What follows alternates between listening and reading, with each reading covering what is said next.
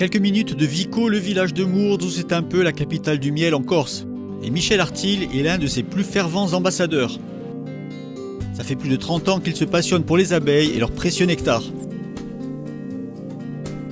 Alors ici on est à Mours. On est disons aussi dans le village qui fait la foire du miel.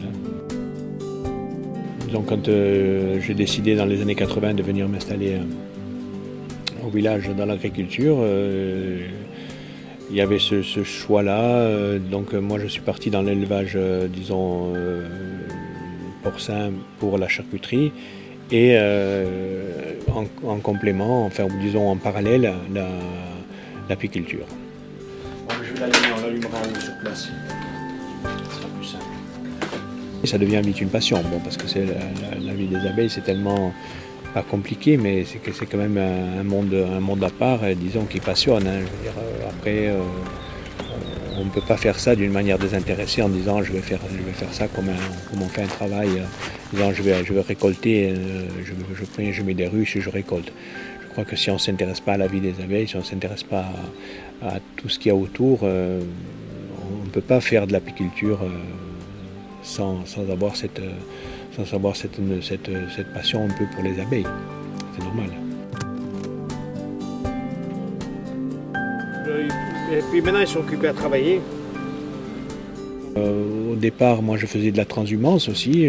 C'est-à-dire que je descendais d'ici, quand j'en avais beaucoup, j'en descendais une partie sur Cargèse, où je faisais une récolte de printemps sur l'asphodèle.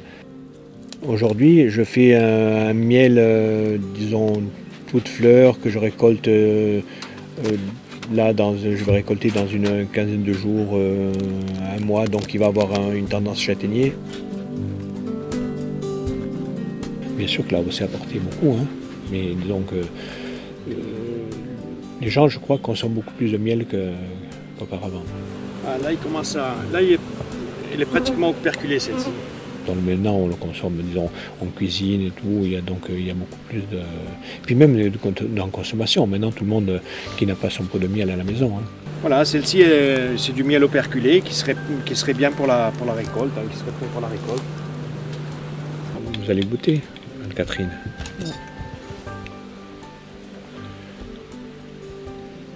Bon, il est toute fleur, mais après, on sent quand même un peu le... Surtout à la fin, on sent quand même le châtaignier. Il a une petite amertume.